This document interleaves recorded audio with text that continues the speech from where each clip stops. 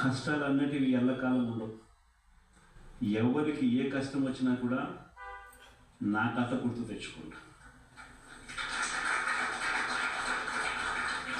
16 నెలలు నన్ను జైల్లో పెట్టారు.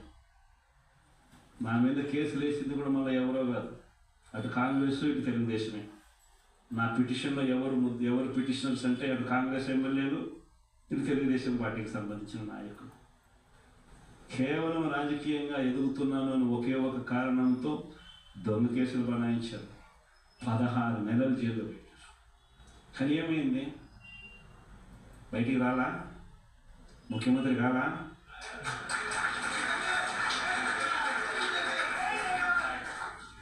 ప్రతి ఒక్కరి ఇది గుర్తుపెట్టుకోండి.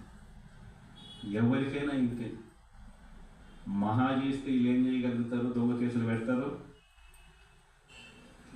కాదన్నమ్మా బెదిరిస్తారు,